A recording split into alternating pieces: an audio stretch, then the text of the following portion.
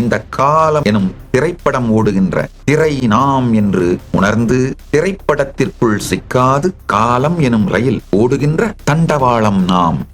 ஒவ்வொரு வினாடியும் நம் வாழ்க்கை என்பதை புரிந்து ஒவ்வொரு வினாடியையும் மேலாண்மை செய்வதே வாழ்க்கையை மேலாண்மை செய்வது. ஆழ்ந்து புரிந்து கொள்ள வேண்டும். காலம் அப்படின்னு நீங்க நினைக்கிற கடந்த காலம் வெறும் நினைவுகள், அதுவும் நிகழ்காலத்துல இருக்கு. எதிர்காலம் அப்படின்னு நீங்க நினைக்கிறதும் வெறும் உங்களுடைய எதிர்பார்ப்புகளும் பயங்கள் எதிர்பார்ப்புகள், இந்த இரண்டின் தொகுப்பையும் நீங்கள் நிகழ்காலத்தில் தான் அனுபவிக்கின்றீர்கள்.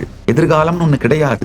வாட்ச உபயோகப்படுத்தி நாம எல்லாரும் டைம் பத்தி ஒரு அண்டர்ஸ்டாண்டிங் வந்திருக்கோம் இல்லையா? இதுல ஒவ்வொரு வினாடியையும் முழுமையாக உபயோகித்து ப்ரொடக்டிவா இருந்து, ஆனா உள்ள அகத்துல சர்வ சுதந்திரமா டைம்லெஸ்னஸ்ல நித்திய நிகழ்வுல இருந்து வாழ முடியும். இந்த கால விரிவை பற்றி புரிந்து கொண்டோமானால் 4-5 மணி நேரம் ஒரு 2-3 சத்சங்கம் ஸ்ரத்தையோடு இந்த காலத்தை பற்றி புரிந்து கொண்டீர்களானால், என்னுடைய சத்சங்கங்கள் வெறும் வார்த்தை அல்ல, அனுபூதியின் வெளிப்பாடு.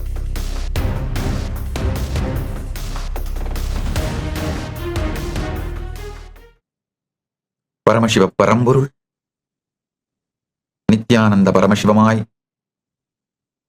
இவ்வுருத்தாங்கி உயிர்தாங்கி இதுவாய் வெளிப்பட்டு 48 ஆண்டுகள் முடிந்து 49வது ஆண்டு துவங்குகிறது.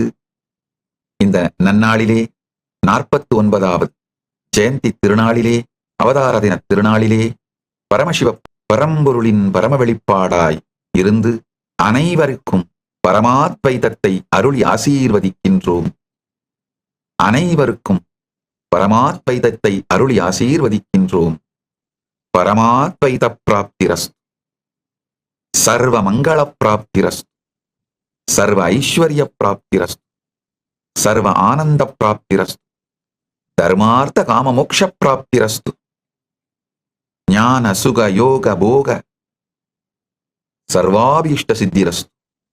எல்லோருக்கும் எல்லா மங்களமும் உண்டாகட்டும்.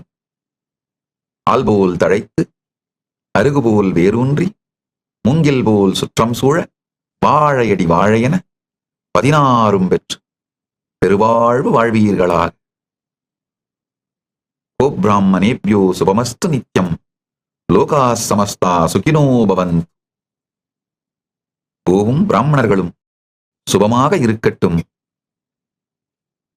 உலகம் முழுமையும் சுபமாக இருக்கட்டும். எல்லோருக்கும் எல்லா மங்களமும் உண்டாகட்டும். எல்லோரும் எல்லா நன்மையும் பெற்று பேரானந்தத்தில் வாழ்வீர்களாக. 49வது ஜெயந்தி திருநாளிலே பரமசிவ பரம்பொருளின் நேரடியான செய்தி மகா கைலாசத்திலிருந்து அனைவருக்கும் அகம் தனி உண்மை திரையாக நம் உள்ளம் நின்று நேரம் ஓடும் திரைப்படம் நாமே மறைந்தே காண்போம். இகம் பகிர்ந்த உண்மை நொடி நொடி வாழ்க்கை, நேரம் கையாள்வதே வாழ்வை கையாளுதல் என அறிவோம். பரம் உயர்முனை காலவிருத்தி புரிந்தே நேரம் தரம் அளவு உயர்ந்து ஜீவன் முக்த வெற்றி வாழ்வை பெறுவோம். நித்திய நிகழ்வில் நிலைத்திருந்து மன நேரம் கடந்த எதிர்வினையில் அடிமைத்தான் அல்லாது சாதனையால் நேரம் மாற்றி பரமவிருத்தி கண்டு ஜீவன் முக்த வெற்றி அடைவோம். ஆழ்ந்து கேளுங்கள்.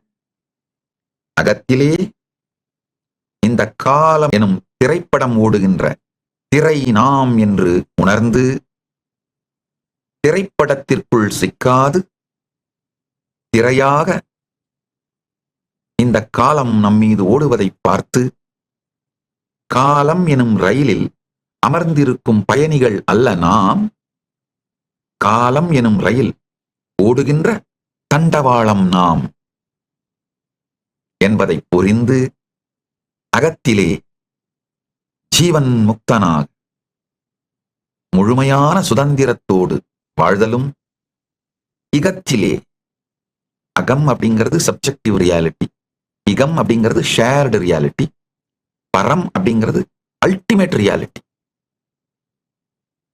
அகத்திலே காலம் எனும் திரைப்படம் ஓடும் திரை நாம் என்று புரிந்து, இகத்திலே ஷேர்டு ரியாலிட்டியான இந்த இகத்திலே ஒவ்வொரு வினாடியும் நம் வாழ்க்கை என்பதை புரிந்து, ஒவ்வொரு வினாடியையும் மேலாண்மை செய்வதே வாழ்க்கையை மேலாண்மை செய்வது என்று தெளிவாக புரிந்து வாழ்விலே வெற்றியடைதலும், ஒவ்வொரு வினாடியையும் மேலாண்மை செய்து வெற்றியடைதலும் பரத்திலே அல்டிமேட் ரியாலிட்டி, பரத்திலே கால விரிவை பற்றிய சத்தியங்களையும், உயர் மண்டலங்கள் வெர்டிக்கல் டைம் ஜோன்ஸ், உயர் லோகங்கள், உயர் உலகங்கள், உயர் மண்டலங்கள், இவைகளை பற்றிய அறிவும் தெளிவும் முழுமையாக அனுபூதியாய் பெற்று, இந்த கால விரிவும் உயர் கால மண்டலங்கள் உயர் உலகங்களை பற்றிய அறிவும் அனுபூதியும் நம்மை அகத்திலும் இகத்திலும் நம் காலத்தின் குணத்தையும் அளவையும் நமது விருப்பத்திற்கேற்றாற்போல் விரித்து ஜீவன் முக்த வெற்றி வாழ்க்கை வாழ்வீர்களாக. இதுதான் பரமசிவ பரம்பொருள் 49வது அவதார தினத்தில், அவதார தின மகோத்சவமாகிய இன்று, ஜெயந்தி மகோத்சவமாகிய இன்று அனைவருக்குமாக செய்தியாகவும் ஆசியாகவும், அனைவருக்குமான செய்தியாகவும் ஆசியாகவும் தீட்சையாகவும் சக்திபாதமாகவும் சக்தினீபாதமாகவும் பேரருள் ஆசியாகவும் அளிக்கின்றார். ஆழ்ந்து கேளுங்கள். அகத்திலே சப்ஜெக்டிவ் ரியாலிட்டியில ஆழ்ந்து புரிந்து கொள்ள வேண்டும். காலம் அப்படின்னு நீங்க நினைக்கிற கடந்த காலம் வெறும் நினைவுகள், அதுவும் நிகழ்காலத்துல இருக்கு. அதுவும் முழுமையான சத்தியம் இல்லை. ஆழ்ந்து புரிந்து கொள்ளுங்கள். எதிர்காலம் அப்படின்னு நீங்க நினைக்கிறதும் வெறும் உங்களுடைய எதிர்பார்ப்புகளும் நெகட்டிவ் எதிர்பார்ப்புகளும். நெகட்டிவ் எதிர்பார்ப்பு தான் பயங்கள், பாசிட்டிவான பயங்கள் தான் எதிர்பார்ப்புகள். பாசிட்டிவா உங்களுக்கு தேவையான ஒண்ணு நடக்கணும்னு நினைச்சா அது எதிர்பார்ப்பு. எதிர்காலத்துல உங்களுக்கு தேவையில்லாத ஒண்ணு நடந்துருமோன்னு நினைச்சா அது பயம். இந்த பயங்கள் எதிர்பார்ப்புகள் இந்த இரண்டின் தொகுப்பையும் நீங்கள் நிகழ்காலத்தில் தான் அனுபவிக்கின்றீர்கள். எதிர்காலம்னு ஒண்ணு கிடையாது. ஆழ்ந்து கேளுங்கள். பரம் அப்படிங்கிறது பரம சத்தியம், அல்டிமேட் ரியாலிட்டி. இந்த பரத்துல எப்படி கால விரிவு நடக்குது? கடந்த 5 நாள் சத்சங்கத்துல ரொம்ப தெளிவாகவும் விளக்கமாகவும் எப்படி ஒரு லோகத்திலிருந்து மேல் உலகங்களுக்கு செல்லும் பொழுது கால விரிவு நடக்கிறது அப்படிங்கிறதையும், இத பல்வேறு புராணங்கள் இருக்கிற வரலாற்று தரவுகளை வைத்து அது எவ்வளவு கன்சிஸ்டண்டா இருக்கின்றத அறிவியல் பூர்வமாக கடந்த 5 நாட்கள் சத்சங்கங்கள்ல ஆழமா நிரூபித்துக் கொண்டே வந்து கொண்டிருக்கின்றோம். இன்னைக்கு அதோட சாரத்தை சொல்றேன், கேட்டுக்கோங்க. இகம் அப்படிங்கிற இந்த ஷேர்டு ரியாலிட்டி, நம்ம எல்லாரும் பார்க்கிற இவ்வுலகம், இந்த வாழ்க்கை வெளி வாழ்க்கைன்னு சொல்லலாம், புற வாழ்க்கைன்னு சொல்லலாம். இந்த புற வாழ்க்கையில நீங்கள் முழுமையாக கிளாக் டைம் சென்டர்டா, அதாவது வாட்சை உபயோகப்படுத்தி நாம எல்லாரும் டைம் பத்தி ஒரு அண்டர்ஸ்டாண்டிங் வந்திருக்கோம் இல்லையா? இதுல ஒவ்வொரு வினாடியையும் முழுமையாக உபயோகித்து ப்ரொடக்டிவா இருந்து, ஆனா உள்ள அகத்துல சர்வ சுதந்திரமா டைம்லெஸ்னஸ்ல நித்திய நிகழ்வுல இருந்து வாழ முடியும். அகமான சப்ஜெக்டிவ் ரியாலிட்டி.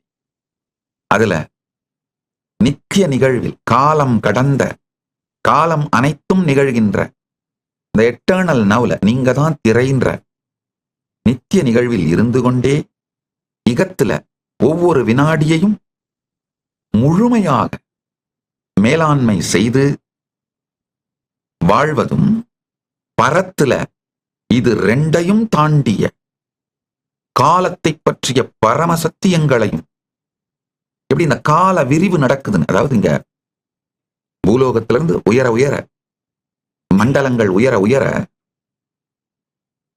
உதாரணத்துக்கு ஸ்வர்கலோகத்துல ஒரு நாள் நமக்கு இங்க பூலோகத்துல 365 நாள். அதனாலதான் நடராஜ பெருமானுக்கு ஒரு ஆண்டிலே 6 வருஷம், 6 பூஜை, 6 அபிஷேகம் தான். காரணம் என்னன்னா சொர்க்கத்திலே, சொர்க்கத்துக்கான தெய்வம் அவர், அங்கிருந்து வந்தவர். அதனால சொர்க்கத்துல அவங்க 6 கால பூஜை பண்றாங்க. அததான் இங்க நம்ம வருஷத்துக்கு 6 அபிஷேகமா பண்றோம்.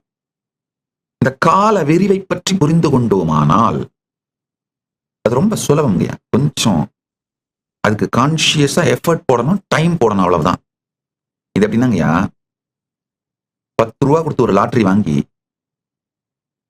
1000 கோடி ரூபா அந்த லாட்டரியில உங்களுக்கு பரிசு விடுற மாதிரி தான். என்னன்னா ஒரு நல்ல செய்தி, இந்த லாட்டரி வாங்குற அத்தனை பேருக்கும் பரிசு. நீங்க மொத்தமா ஒரு 4-5 மணி நேரம், ஒரு 2-3 சத்சங்கம் ஸ்ரத்தையோடு இந்த காலத்தை பற்றி புரிந்து கொண்டீர்களானால், நன்றாக புரிந்து கொள்ளுங்கள், என்னுடைய சத்சங்கங்கள் வெறும் வார்த்தை அல்ல, அனுபூதியின் வெளிப்பாடு.